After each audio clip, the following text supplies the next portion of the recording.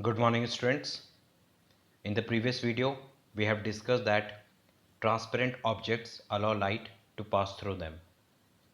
Translucent objects allow light to pass through them but partially. And opaque objects does not allow light to pass through them. Now, one important question is here. What kind of an object is this given human body and tree?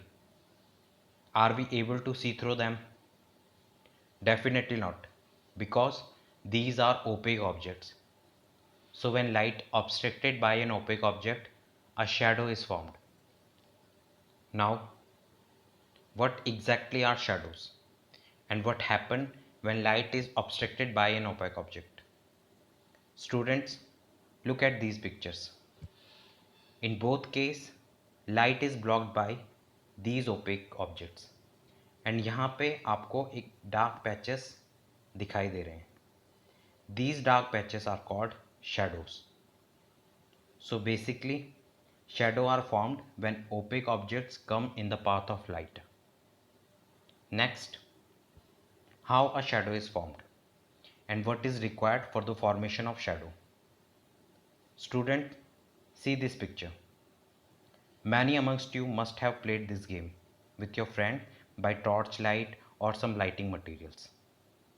In the same way, if you put some opaque or translucent objects in sunlight, you will observe their shadows, same as this given tree.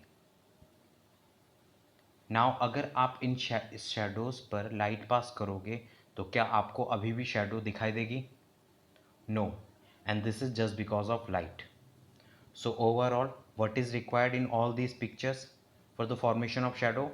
That is light and opaque or translucent object.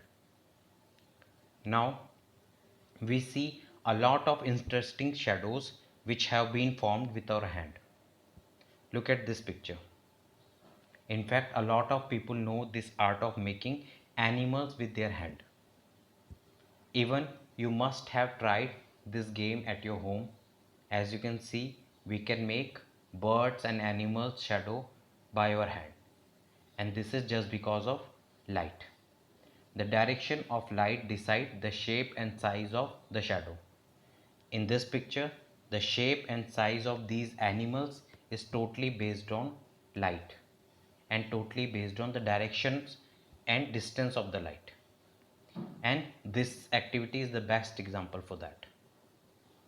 Now you can also do this activity at your home, and you can take the help of different translucent and opaque objects to form a shadow.